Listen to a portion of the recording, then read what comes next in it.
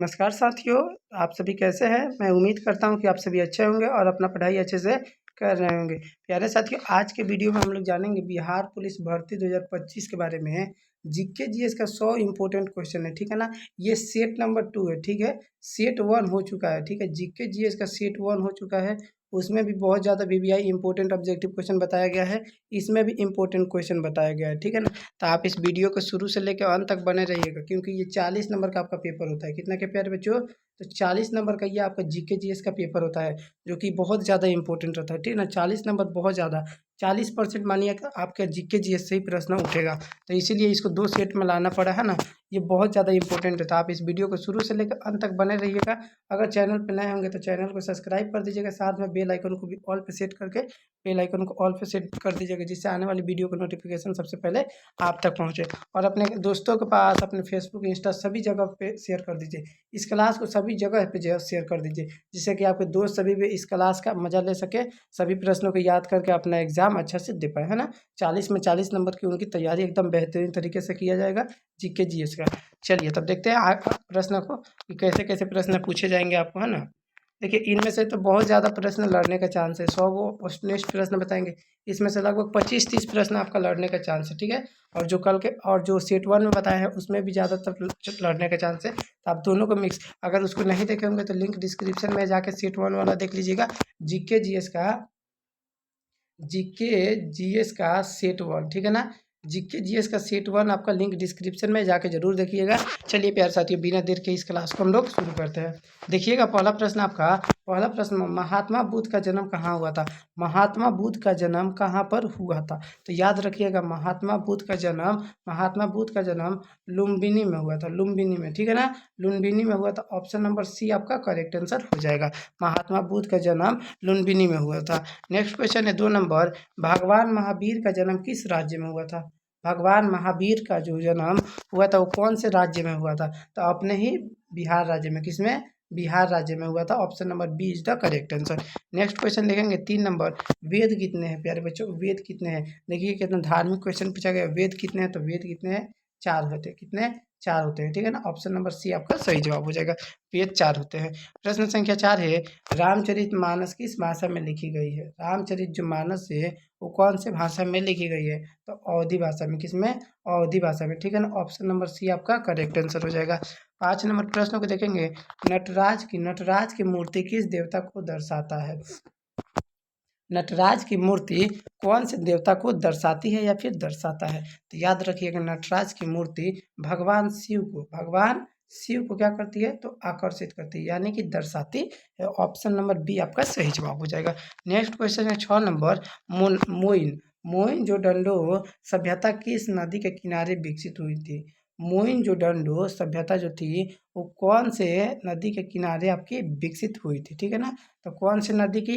तो सिंधु नदी की। कौन सी प्यारे बच्चों? सिंधु नदी के किनारे ये विकसित हुई थी। अगला प्रश्न है आपका 7 नंबर, भगवान बुद्ध को ज्ञान कहाँ पर प्राप्त हुआ था? भगवान बुद्ध को ज्ञान कहाँ पर प्राप्त हुआ था? तो बोध गया में। कहाँ पे? बोध गया में, ठीक है ना। ऑप्शन नंबर डी आपका सही जवाब हो जाएगा कि भगवान बुद्ध को ज्ञान बोध गया में प्राप्त हुआ था।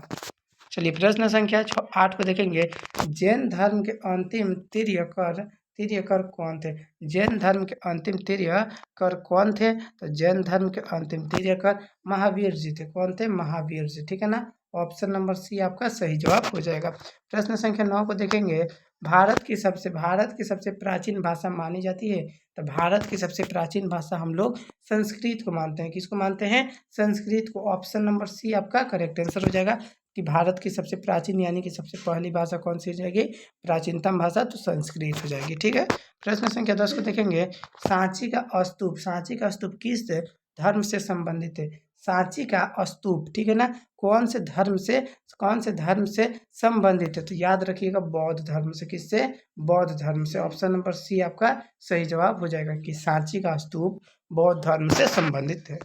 प्रश्न संख्या 11 को देखेंगे, जीरो का आविष्कार किसने किया था? जीरो का आविष्कार किसने किया था? याद रखिएगा, जीरो का आविष्कार यानी कि शून्य का आविष्कार आर्यभट्ट के द्वारा हुआ था। किसके द्वारा? आर्यभट्ट के द्वारा, ठीक है ना। शून्य का आविष्कार या फिर जीरो का आविष्कार आर्यभट्ट के द्वारा किया गया था। प्रश्न संख्या 12 को देखेंगे। शून्य पर आधारित दशमलव प्रणाली का विकास किसने किया था? शून्य पर आधारित है ना, शून्य पर आधारित दशमलव प्रणाली का विकास जो किसने किया था? तो याद रखिएगा आर्यभट्ट ने। किसने? आर्यभट्ट ने। ऑप्शन नंबर ए आपका करेक्ट आंसर हो जाएगा। ठीक है ना। प्यारे साथियों देखिए, जो 11 नंबर क्वेश्चन है ना, इसमें थोड़ा डाउट लग रहा है। जीरो का आविष्कार या तो आर्यभट्ट हो जाएगा या तो ब्रह्मगुप्त। आप लोग सर्च कर लीजिएगा, है ना। आप लोग कमेंट करके बताइएगा कि जीरो का आविष्कार किसने किया था, ए होगा या फिर बी। 11 का सही जवाब बताइएगा प्यारे बच्चों। 11 का कमेंट करके बताइएगा कि 11 का सही जवाब क्या हो जाएगा। ठीक है ना।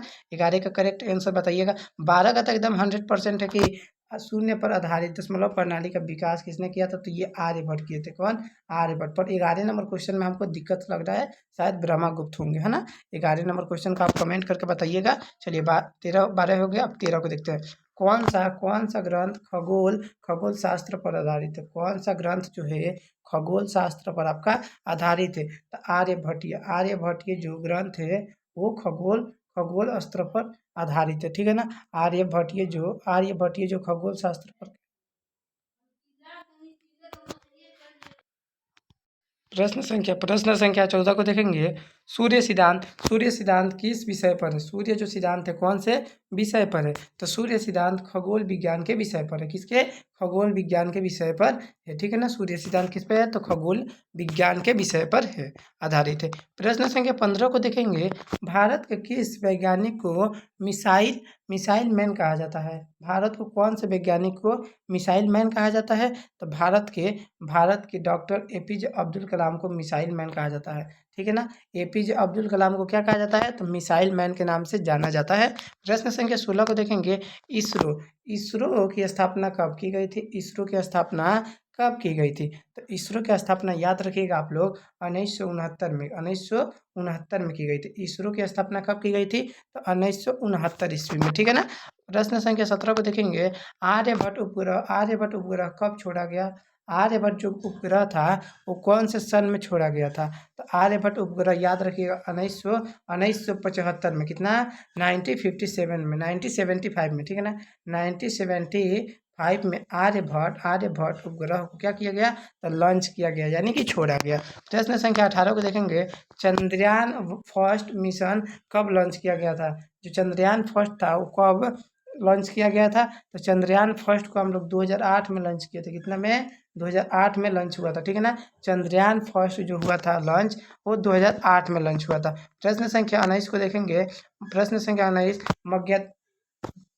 प्रश्न संख्या 19 से मध्य मगधयान किस वर्ष से शुरू किया गया था? मगधयान कौन से वर्ष से शुरू किया था? कौन से सन से शुरू किया गया था? तो 2013 से। कितना से? 2013 से। ठीक है ना।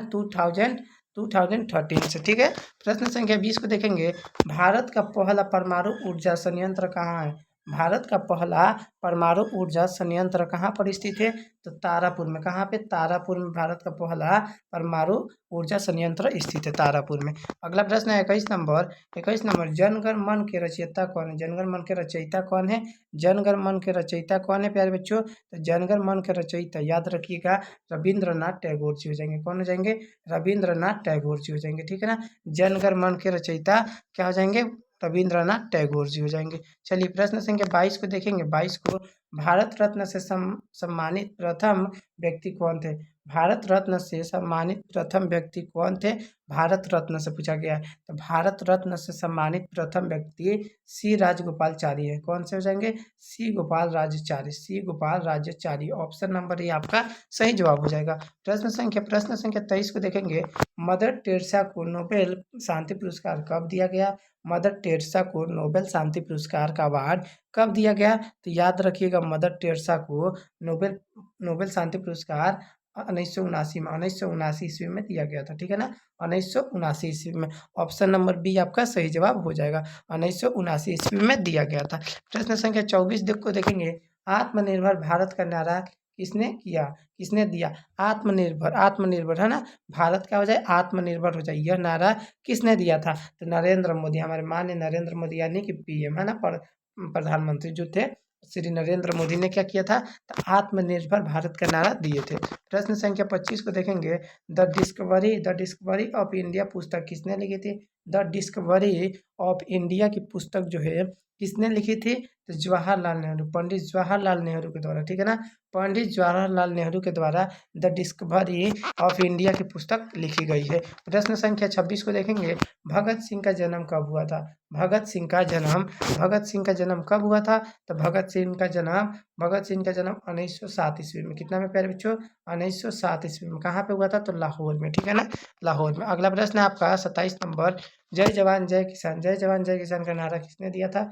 जय जवान जय किसान का नारा किसने दिया था, तो जय जवान जय किसान का लाल बहादुर शास्त्री के द्वारा जय जवान जय किसान का नारा दिया गया था। प्रश्न संख्या 28 को देखेंगे, भारत के पहले फील्ड मार्शल कौन थे। भारत के पहले फील्ड मार्शल कौन थे, तो भारत के पहले फील्ड मार्शल मानेकशॉ को कहा जाता है। किसे, मानेकशॉ को कहा जाता है, ठीक है ना। ऑप्शन नंबर बी आपका करेक्ट आंसर हो जाएगा। प्रश्न संख्या 29 को देखेंगे, रमन प्रभाव किससे संबंधित है। रमन प्रभाव किससे संबंधित है ना, तो रमन प्रभाव प्रकाश से संबंधित है। किससे, लाइट यानी कि प्रकाश से संबंधित, ठीक है ना। रमन प्रभाव किससे, तो लाइट से संबंधित है, ऊर्जा से संबंधित है। नेक्स्ट क्वेश्चन देखेंगे 30 नंबर, डॉक्टर भीमराव अंबेडकर किस जाति वर्ग से थे। डॉक्टर भीमराव अंबेडकर कौन से जाति वर्ग से थे, तो अनुसूचित जाति, कौन से, अनुसूचित जाति है ना, पिछड़ा वर्ग है ना, अनुसूचित जाति से बिलोंग करते थे। नेक्स्ट क्वेश्चन है 31 नंबर, भारत का सर्वोच्च नागरिक सम्मान कौन सा है। भारत का सर्वोच्च नागरिक सम्मान जो है कौन सा है, तो भारत रत्न, कौन सा हो जाएगा, भारत रत्न जो है भारत का सर्वोच्च यानी सबसे ऊंचा नागरिक सम्मान का जो पुरस्कार है वही है भारत रत्न। प्रश्न संख्या 32 को देखेंगे, शांति स्वरूप भटनागर पुरस्कार किस क्षेत्र में दिया गया है। शांति स्वरूप भटनागर पुरस्कार जो है कौन से क्षेत्र में आपका दिया गया है, तो आपका सही जवाब हो जाएगा विज्ञान के क्षेत्र में, किसके, साइंटिस्ट के क्षेत्र में दिया गया है, ठीक है ना, विज्ञान आपका करेक्ट आंसर हो जाएगा। प्रश्न संख्या 33 को देखेंगे, नोबेल पुरस्कार किस देश में दिया जाता है। नोबेल पुरस्कार कौन से देश में दिया जाता है। नोबेल पुरस्कार कौन से देश में दिया जाता है, तो स्टीवन, ठीक है ना, स्टीवन, ठीक है, स्टीवन देश में दिया जाता है नोबेल पुरस्कार को, मतलब उसको पुरस्कृत किया जाता है। प्रश्न संख्या 34 को देखेंगे, पहला नोबेल शांति पुरस्कार किसे मिला था, तो किसे मिला था, पहला जो नोबेल शांति पुरस्कार था वो किसे मिला था, तो हेनरी डुनार्ट को। किसे, हेनरी डुनार्ट को पहला नोबेल पुरस्कार मिला गया था। और कहा जाएगा सबसे कम मार्टिन लूथर किंग जूनियर को शायद मिला था, ठीक है ना, मार्टिन लूथर किंग जूनियर को शायद सबसे कम, शायद 17 साल की उम्र में, ठीक है ना, 17 साल की उम्र में शायद इनको मिला था। चलिए प्रश्न संख्या 35 को देखेंगे, अर्जुन पुरस्कार किस क्षेत्र में दिया जाता है। अर्जुन पुरस्कार कौन से क्षेत्र में दिया जाता है, तो अर्जुन पुरस्कार जो है खेल के क्षेत्र में, खेल के क्षेत्र में दिया जाता है। किसके क्षेत्र में, खेल के, है ना, प्लेग्राउंड के क्षेत्र में दिया जाता है। अर्जुन पुरस्कार को खेल के क्षेत्र में दिया जाता है। प्रश्न संख्या 36 को देखेंगे, दादा साहब फाल्के पुरस्कार किसके लिए है। दादा साहेब फाल्के पुरस्कार किसके लिए है, तो दादा साहेब फाल्के पुरस्कार फिल्म के लिए है, जो फिल्म में काम करते हैं उनके लिए ये पुरस्कार दिया जाता है। चलिए प्रश्न संख्या 37 को देखेंगे, पंडित जवाहरलाल नेहरू पुरस्कार किस क्षेत्र में दिया जाता है। पंडित जवाहरलाल नेहरू पुरस्कार है कौन से क्षेत्र में दिया जाता है, तो अंतर्राष्ट्रीय शांति के क्षेत्र में, अंतर्राष्ट्रीय, ठीक है ना, अंतर्राष्ट्रीय शांति के क्षेत्र में पंडित जवाहरलाल नेहरू पुरस्कार को विस्तृत किया जाता है। अगला प्रश्न आपका 38 नंबर, लुपितजर पुरस्कार किससे संबंधित है। लुपितजर, है ना, पुलितजर जो पुरस्कार है वो किस चीज़ से संबंधित है, तो पत्रकारिता से। किससे, जो पत्र का काम करते हैं उससे संबंधित है पुलितजर, है ना, पुलितजर पुरस्कार पत्रकार से संबंधित है। प्रश्न संख्या 39 को देखेंगे, ग्रामीण नोबेल किसे कहते हैं। ग्रामीण नोबेल किसे कहा जाता है, तो ग्रामीण नोबेल रेमन मैगसेसे पुरस्कार को कहा जाता है। किसे, तो रेमन मैगसेसे पुरस्कार को कहा जाता है। अगला प्रश्न है 40 नंबर, लता मंगेशकर को भारत रत्न कब मिला। लता मंगेशकर को भारत रत्न कब मिला, तो याद रखिएगा कब मिला था, 2000 ईस्वी में, ठीक है ना, 2001 ईस्वी में भारत रत्न लता मंगेशकर को भारत रत्न दिया गया था। प्रश्न संख्या 41 है, इसरो की स्थापना कब की गई थी? इसरो की स्थापना कब की गई थी? ये क्वेश्चन रिपीटेड है।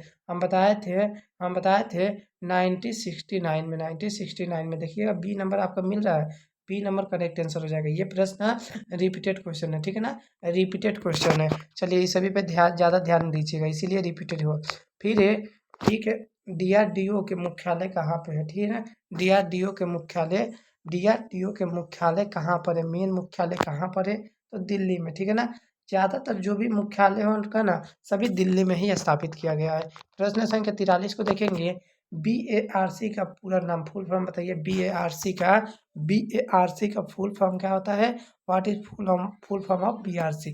BARC है ना, तो Bhabha atomic research centre, Bhabha automate है ना, भाभा ऑटोमेट रिसर्च सेंटर हो जाएगा। 43 का ए नंबर आपका करेक्ट आंसर हो जाएगा। 43 का सही जवाब ए हो जाएगा। प्रश्न संख्या 44, RBI की स्थापना कब की गई थी? रिजर्व बैंक ऑफ इंडिया 1935 में। कितना में प्यारे बच्चों? 1935 में भारतीय रिजर्व बैंक की स्थापना किया गया था। तो आपका 44 का करेक्ट आंसर हो जाएगा ए नंबर, ठीक है ना, ए नंबर याद रखिएगा। प्रश्न संख्या 45 को देखेंगे, भारतीय रिजर्व बैंक को अंतर्राष्ट्रीय कब हुआ था? कब राष्ट्रीयकरण हुआ था? भारतीय रिजर्व बैंक का राष्ट्रीयकरण कब हुआ था? तो 1949 में। कितना में? 1949 में, देश आज़ाद होने के 2 साल के बाद, ठीक है ना। अपना देश आज़ाद होने के तुरंत 2 साल के बाद क्या कर दिया गया? तो भारतीय RBI बैंक को, मतलब भारतीय रिजर्व बैंक को राष्ट्रीयकरण कर दिया गया, ठीक है ना। अगला प्रश्न है 46 नंबर, भारत का योजना आयोग किस वर्ष समाप्त किया गया था? भारत का योजना आयोग कौन से वर्ष में समाप्त कर दिया गया था?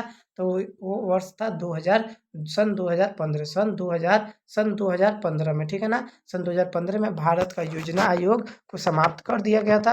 अगला प्रश्न है 47 नंबर, नीति आयोग का वर्तमान CEO 2025 तक कौन है? नीति आयोग का वर्तमान CEO, अभी CEO कौन है? नीति आयोग का जो CEO है वो कौन है? तो नीति आयोग के CEO अभी कौन है? तो परमेश्वर अय्यर, ठीक है ना, परमेश्वर अय्यर, ठीक है। ऑप्शन नंबर बी आपका करेक्ट आंसर हो जाएगा।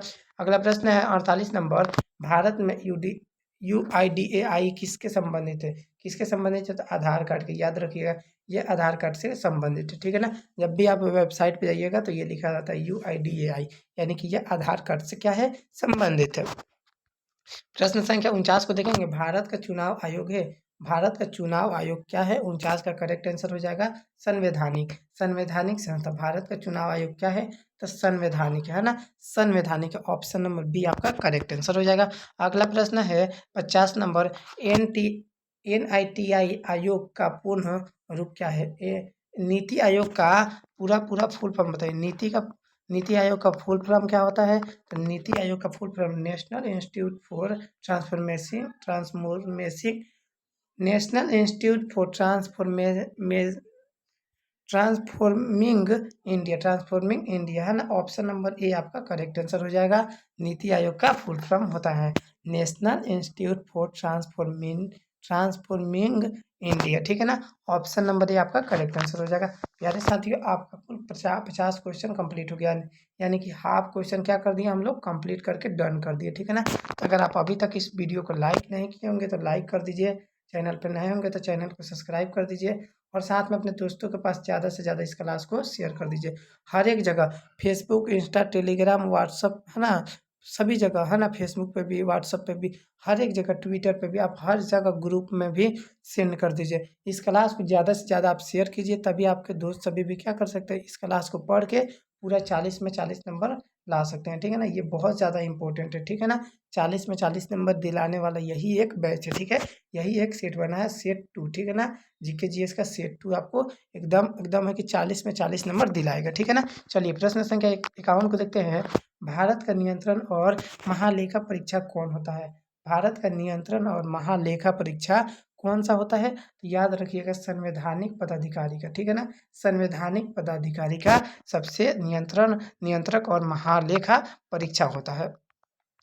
प्रश्न संख्या 52 को देखेंगे, भ्रष्टाचार निरोधक ब्यूरो किससे अधीन है? भ्रष्टाचार निरोधक ब्यूरो किस चीज से अधीन है? तो केंद्र सरकार से क्या है? संबंधित है, यानी अधीन का मतलब किससे संबंधित है? तो केंद्र सरकार से। किससे? केंद्र सरकार से। अगला प्रश्न आपका 33 53 नंबर, नीति आयोग की अध्यक्षता कौन करता है? नीति आयोग की अध्यक्षता कौन करता है? तो नीति आयोग की अध्यक्षता जो करते हैं उसे प्रधानमंत्री, किसके द्वारा? प्रधानमंत्री के द्वारा क्या किया जाता है? इसकी अध्यक्षता किया जाता है। अगला प्रश्न है 54 नंबर, भारतीय जीवन बीमा निगम माने LIC की स्थापना कब की गई थी? LIC की स्थापना सबसे पहले कब की गई थी? तो 1956 में, कितना में? 1956 में, 1956 में भारतीय LIC की स्थापना किया गया था, ठीक है ना। भारतीय LIC की स्थापना 1956 ईस्वी में किया गया था। चलिए प्रश्न संख्या 55 को देखेंगे। सेबी किसका विनियामक है? ठीक है ना। सेबी जो है किसका विनियामक है? तो सेबी किसका विनियामक है? तो शेयर बाजार का, ठीक है ना। सेबी से किसका संबंधित होता है? तो शेयर बाजार से क्या होता है? शेयर बाजार को जाना जाता है। सेबी से शेयर बाजार को हम लोग जानते हैं। प्रश्न संख्या 56 को देखेंगे। यूनेस्को का मुख्यालय कहाँ है? यूनेस्को का मुख्यालय कहाँ पर स्थित है? तो पेरिस में। कहाँ पर है? तो पेरिस में है ना। ऑप्शन नंबर बी आपका सही जवाब हो जाएगा। यूनेस्को का मुख्यालय पेरिस में स्थित है। अगला प्रश्न है 57 नंबर, हु का मुख्यालय कहाँ है? WHO का मुख्यालय कहाँ है? WHO का मुख्यालय कहाँ पर है? WHO का मुख्यालय कहाँ पे है? तो जिनेवा में, ठीक है ना। जिनेवा में। ऑप्शन नंबर सी आपका करेक्ट जवाब हो जाएगा।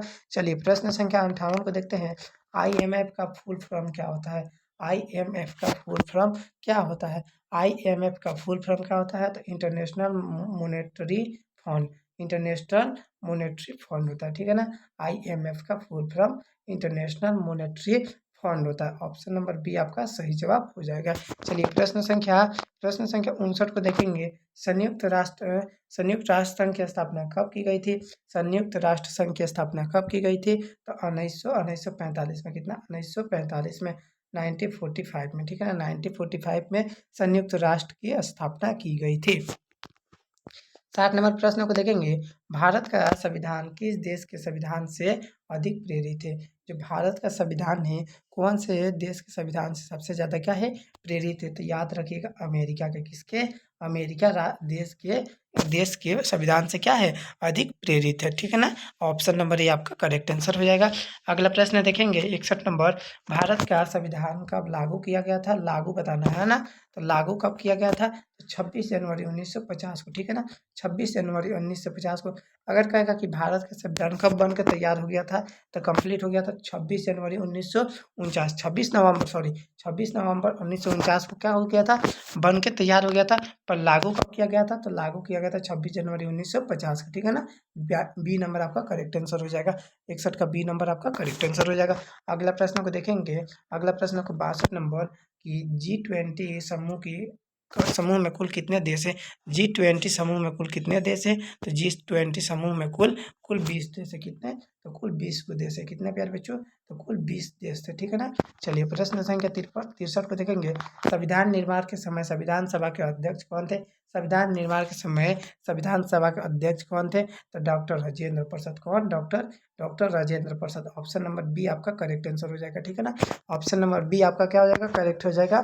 संविधान सभा के अस्थायी अध्यक्ष यानी कि डॉक्टर राजेंद्र प्रसाद को कहा जाता है। चलिए प्रश्न संख्या 64 को देखेंगे। भारत के संविधान का निर्माता किसे कहा जाता है? तो किसे कहा जाता है? बाबा साहब भीमराव अम्बेडकर को। किसे? बाबा साहब भीमराव अम्बेडकर को भारतीय संविधान के निर्माता के नाम से जाना जाता है ना। 64 का करेक्ट आंसर हो जाएगा बी नंबर। 65 नंबर प्रश्न को देखेंगे। संविधान में कुल कितने अधिकार है? कुल कितने अधिकार है? संविधान में कुल 6 गो अधिकार है। कितना? 6 गो अधिकार है ना। 6 गो अधिकार है, ठीक है। अधिकार मुख्य रूप से 6 गो है। अगला प्रश्न देखेंगे 66 नंबर। संविधान की प्रस्तावना में भारत का क्या घोषित किया गया है? संविधान की प्रस्तावना में भारत को क्या? तो धर्मनिरपेक्ष राज्य, क्या? धर्मनिरपेक्ष राज्य के नाम से घोषित किया गया है, ठीक है ना। धर्मनिरपेक्ष राज्य से घोषित किया गया है। चलिए आगे देखेंगे 67 नंबर। न्याय, स्वतंत्रता, समानता और बंधुत्व की भावना किससे ली गई है? किससे ली गई है? न्याय, स्वतंत्रता, समानता और बंधुत्व की भावना किससे ली गई है? कौन से देश से लिया गया है? तो याद रखिएगा फ्रांस से। किससे? फ्रांस से। ऑप्शन नंबर बी आपका सही जवाब हो जाएगा, ठीक है ना। बी नंबर आपका सही जवाब हो जाएगा। चलिए प्रश्न संख्या 68 को देखेंगे। प्रश्न संख्या 68 को देखेंगे प्यारे साथियों। 68 नंबर प्रश्न कर रहा है कि भारत में सर्वोच्च न्यायालय कहाँ पर स्थित है। भारत में सर्वोच्च न्यायालय कहाँ पर स्थित है। कहाँ पे, तो दिल्ली में। कहाँ पे, दिल्ली में। हम अभी ना बताएं कि दिल्ली में ही क्या है, सभी ज़्यादा मुख्यालय या फिर न्यायालय स्थित होता है। अगला प्रश्न है 69 नंबर। मौलिक कर्तव्य को संविधान के किस शोधन द्वारा जोड़ा गया है। मौलिक कर्तव्यों को जो संविधान के कौन से शोधन के द्वारा जोड़ा गया है, तो संविधान के 42वां शोधन के द्वारा मौलिक कर्तव्य को जोड़ा गया है, ठीक है ना। मौलिक कर्तव्य को जोड़ा गया है। प्रश्न संख्या 70 को देखेंगे। संविधान में नागरिकों के अधिकारों को किस भाग में रखा गया है। संविधान के नागरिकों को, हाँ, नागरिक के अधिकार को कौन से भाग में रखा गया है। कौन से भाग में, तो भाग 3 में। कितने, भाग नंबर 3 में, ठीक है ना। भाग नंबर 3 में रखा गया है। चलिए प्रश्न संख्या 71 को देखेंगे। राष्ट्रपति की आयु कम से कम कितनी होनी चाहिए। राष्ट्रपति बनने के लिए निम्न कम से कम कितनी आयु होनी चाहिए, तो कम से कम 35 वर्ष। कम से कम 35 वर्ष के व्यक्ति ही क्या कर सकते हैं, राष्ट्रपति बन सकते हैं, ठीक है ना। राष्ट्रपति बनने के लिए कम से कम 35 वर्ष की आयु होनी चाहिए। प्रश्न संख्या 72 को देखेंगे। 72 नंबर, ठीक है ना। ये देखिएगा, एक लग गया है 72 नंबर प्रश्न को। भारत में संसद के दो सदन कौन कौन से हैं।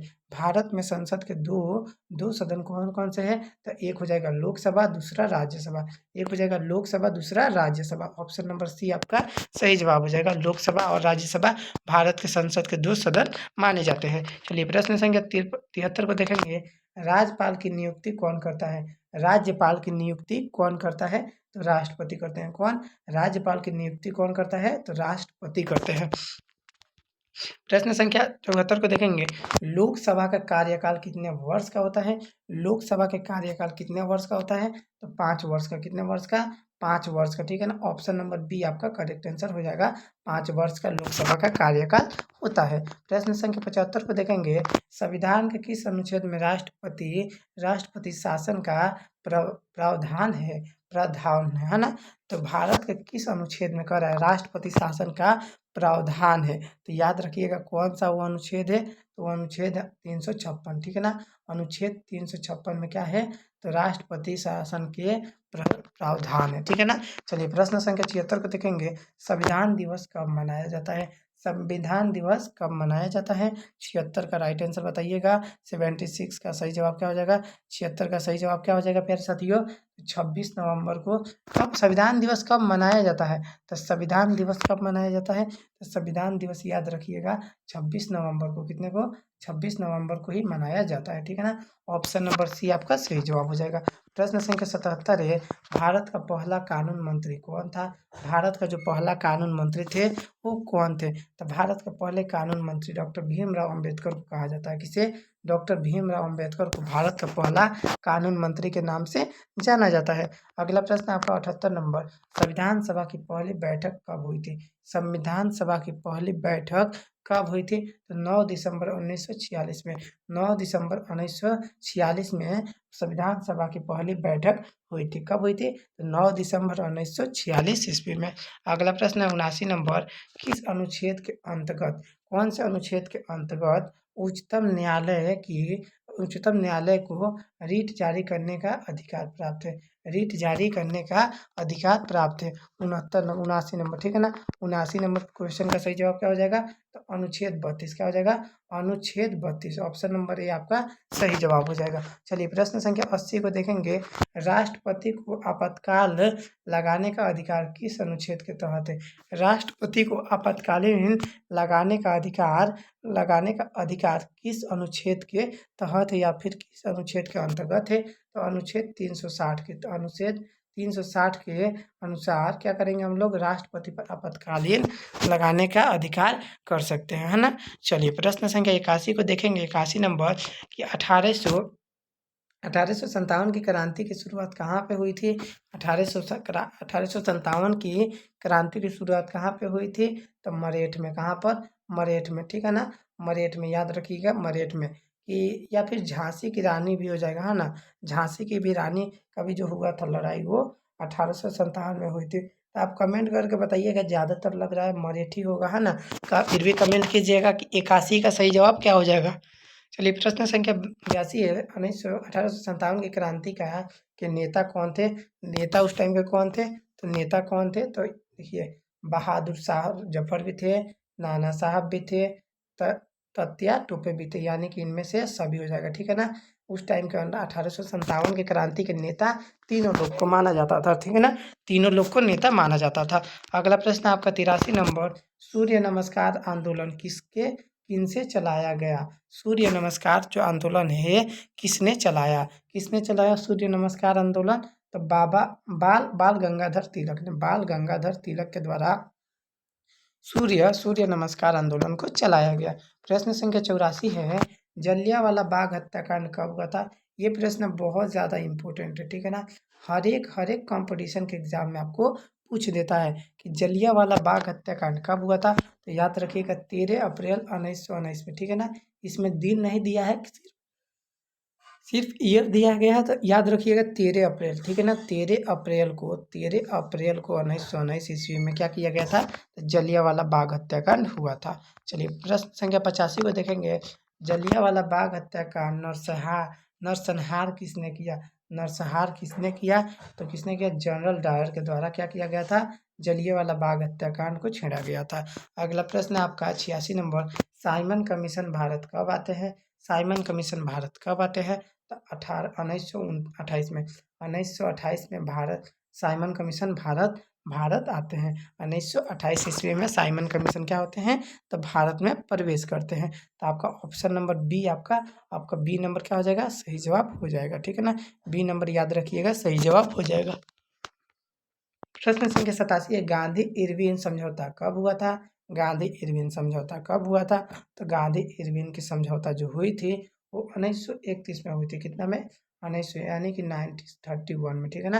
1931 में हुई थी। प्रश्न संख्या 88 को देखेंगे। करो या फिर मरो, यानी कि डू और डाई, है ना? का नारा किसने दिया था? करो या फिर मरो का नारा किसने दिया था? याद रखिएगा, भारत छोड़ो का नारा किस आंदोलन में दिया गया था? कौन से? करो या मरो का नारा किस आंदोलन में दिया गया था? तो भारत छोड़ो आंदोलन में क्या किया गया था? यही नारा दिया गया था कि करो या फिर मर जाओ, है ना? और अगला प्रश्न 89 नंबर, भगत सिंह को फांसी कब दी गई थी? भगत सिंह को फांसी की सजा कब दी गई थी? तो याद रखिएगा, वो अभी 24 साल के ही हुए थे, ठीक है ना? 24 साल के हुए थे तो उनकी फांसी की सजा दे दी गई थी। यानी कि उनका जन्म हुआ था 1907 में, 1907 में, और 24 जोड़ दीजिएगा, यानी कि क्या हो जाएगा? सात सात चार 11 के एक, 7 4 11 के एक, हाँ 7 4 7 और 4 11 के एक, हाथ में एक, 2 1 3 19 एक, है ना? 19 हो जाएगा, यानी कि 1931 में, यानी कि भगत सिंह को फांसी की सजा कब दी गई थी? तो 1931 में क्या कर दी गई थी? तो भगत सिंह को फांसी की सजा दे दी गई थी, क्योंकि वो सबसे कम उम्र में उनकी सजा दी गई थी, ठीक है? 24 साल में भगत सिंह को फांसी की सजा दे दी गई थी। प्रश्न संख्या 90 को देखेंगे। सुभाष चंद्र बोस ने आज़ाद हिंद की फौज की कहाँ कहाँ बनाई थी? आज़ाद हिंद फौज कहाँ बनाई थी? तो सिंगापुर में। कहाँ पर? सिंगापुर में। ऑप्शन नंबर सी आपका करेक्ट आंसर हो जाएगा। 90 का राइट आंसर क्या हो जाएगा? सिंगापुर हो जाएगा। चलिए प्रश्न संख्या 91 को देखेंगे। भारतीय राष्ट्रीय कांग्रेस की स्थापना कब हुई थी? भारतीय राष्ट्रीय कांग्रेस की स्थापना 1885 में, कितना में? 1885 ईस्वी में हुई थी। भारतीय राष्ट्रीय कांग्रेस की स्थापना 1885 ईस्वी में हुई थी। प्रश्न संख्या 92 को देखेंगे। कांग्रेस के पहले अध्यक्ष कौन थे? कांग्रेस के पहले अध्यक्ष कौन थे? तो कांग्रेस के पहले अध्यक्ष WC बनर्जी थे। कौन थे? WC बनर्जी थे, ठीक है ना? 92 का सही जवाब क्या हो जाएगा? 92 का सही जवाब हो जाएगा सी नंबर, WC बनर्जी थे। 92 का सही जवाब क्या हो जाएगा? कि कांग्रेस के प्रथम अध्यक्ष कौन थे? तो WC बनर्जी, ठीक है ना? WC बनर्जी थे, ठीक है ना? भारत राष्ट्रीय कांग्रेस पार्टी के अध्यक्ष, पहले अध्यक्ष। चलिए प्रश्न संख्या 93 को देखेंगे। गांधी जी ने सत्याग्रह आंदोलन कहाँ से लिया? गांधी जी सत्याग्रह आंदोलन कहाँ पर छेड़े, या फिर कहाँ से यह लिया गया था? याद रखिएगा दक्षिण दक्षिण अफ्रीका से। किससे? दक्षिण अफ्रीका से। भारत जो गांधी जी सत्याग्रह आंदोलन को छेड़े थे वो दक्षिण अफ्रीका से। अरे गांधी जी सत्याग्रह शब्द कहाँ से लिए थे? तो दक्षिण अफ्रीका से। कहाँ से? दक्षिण अफ्रीका से। ऑप्शन नंबर बी डी आपका करेक्ट आंसर हो जाएगा, ठीक है ना। 93 का सही जवाब हो जाएगा डी नंबर। चलिए प्रश्न संख्या 94 को देखेंगे। 94 नंबर की, महात्मा गांधी ने दांडी यात्रा की शुरुआत कब की गई थी? महात्मा गांधी के द्वारा दांडी यात्रा की शुरुआत जो हुई थी कब की गई थी? आपका ऑप्शन है 1929 में, 1930 में, 1931 में, 1935 में। तो महात्मा गांधी के द्वारा दांडी यात्रा की जो शुरुआत थी 1930 ईस्वी में की गई थी। कितना में? 1930 ईस्वी में, ठीक है ना। ऑप्शन नंबर बी याद रखिएगा करेक्ट आंसर हो जाएगा, ठीक है ना। महात्मा गांधी के द्वारा दांडी यात्रा की शुरुआत 1930 ईस्वी में हुई थी। प्रश्न संख्या 95 को देखेंगे। चंपारण आंदोलन का नेतृत्व किसने किया था? किसने किया था? जवाहरलाल नेहरू ने, गांधी जी ने, पटेल ने या फिर भगत सिंह ने। चंपारण सत्याग्रह आंदोलन का नेतृत्व किसने किया था? किसने नेतृत्व किए थे? तो याद रखिएगा महात्मा गांधी जी ने, है ना। महात्मा गांधी ने, है ना। गांधी जी ने। ऑप्शन नंबर बी आपका सही जवाब हो जाएगा। 95 का राइट आंसर क्या हो जाएगा? बी हो जाएगा। चलिए प्रश्न संख्या 96 है। काकोरी कांड किस वर्ष हुआ था? काकोरी कांड कौन से वर्ष हुआ था? 1923 में, 1924 में, 1925 में, 1926 में। काकोरी का जो कांड हुआ था वो कब हुआ था? याद रखिएगा 96 का सही जवाब क्या हो जाएगा? काकोरी का जो कांड हुआ था 1925 में हुआ था। कितना में? 1925 में, 1925 में, यानी कि 1925 ईस्वी में, 1925 ईस्वी में काकोरी कांड हुआ था। चलिए प्रश्न संख्या 97 को देखेंगे। भारत छोड़ो आंदोलन की शुरुआत कब की गई थी? भारत छोड़ो आंदोलन की शुरुआत कब की गई थी? तो 1942 में। कितना में प्यारे साथियों? 1942 ईस्वी में, ठीक है ना। 1942 में क्या किया गया था? तो भारत छोड़ो आंदोलन की शुरुआत की गई थी, ठीक है ना। स्थापना की गई थी। चलिए प्रश्न संख्या 98 को देखेंगे। 98 नंबर प्रश्न है कि भारत की स्वतंत्रता की घोषणा कब हुई थी? भारत की स्वतंत्रता की घोषणा कब की गई थी या फिर कब हुई थी? तो 98 का सही जवाब कमेंट कीजिए आप, जल्दी से जल्दी कमेंट कीजिए कि भारत की स्वतंत्रता की घोषणा कब की गई थी, यानी कि हमारा देश कब आज़ाद हुआ था। तो आपका ऑप्शन में है, ऑप्शन देखिएगा 15 अगस्त 1947, 26 जनवरी 1950, 26 नवंबर 1949 या फिर 14 अगस्त 1947। तो भारत की स्वतंत्रता यानी भारत कब स्वतंत्र हुआ था? तो 15 अगस्त 1947 को। कितना में? 15 अगस्त 1947 में अपना क्या हुआ? भारत जाके अंग्रेजों से क्या हुआ? तो स्वतंत्र हुआ, ठीक है ना। 98 का सही जवाब हो जाएगा ए नंबर आपका करेक्ट आंसर हो जाएगा। चलिएगा प्रश्न संख्या 99 की तरफ।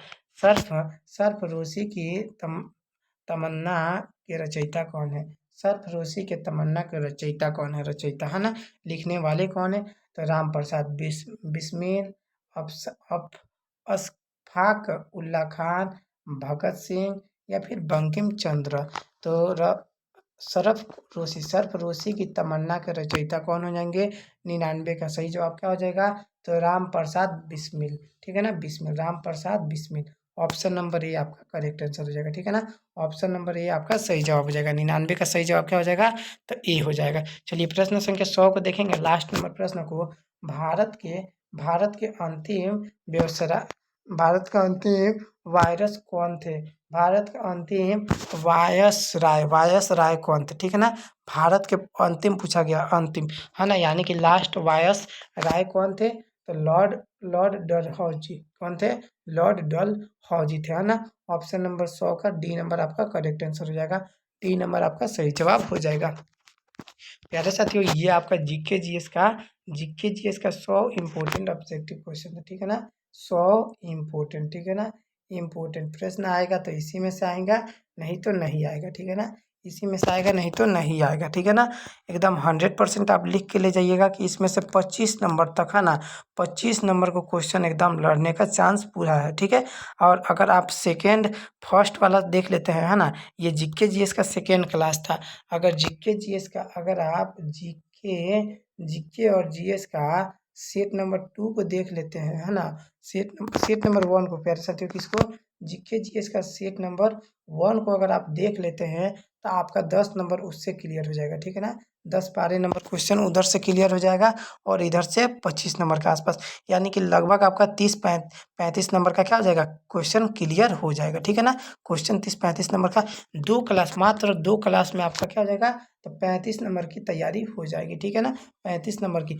बच्चे ऐसे ऐसे कंटेंट ढूंढते हैं कि कहाँ पर मिलेगा जो एकदम वीवीआई क्वेश्चन हो और डायरेक्ट डायरेक्ट एग्जाम में पूछे, तो ये सभी उनके लिए है ना। यही सब प्रश्न बताया जा रहा है, जो भी प्रश्न बताया जा रहा है PYQ है, ये देखिए सभी PYQ है ना। PYQ यानी कि प्रीवियस ईयर क्वेश्चन है ना। प्रीवियस ईयर क्वेश्चन को हम लोग क्या कर रहे हैं, तो सॉल्व कर रहे हैं, क्योंकि ये सभी प्रश्न क्या होते हैं, दोबारा बार बार रिपीट किए जाते हैं। इसलिए अगर आप PYQ करते हैं तो आप एकदम एग्जाम में टॉप कर सकते हैं। ठीक है ना, एग्जाम में आप एकदम टॉप कर सकते हैं और अच्छा रैंक ला सकते हैं, अच्छा मार्क्स ला सकते हैं। तो आप ज़रूर सीट नंबर 1 को देखिएगा और अपना बेहतरीन तैयारी कीजिएगा।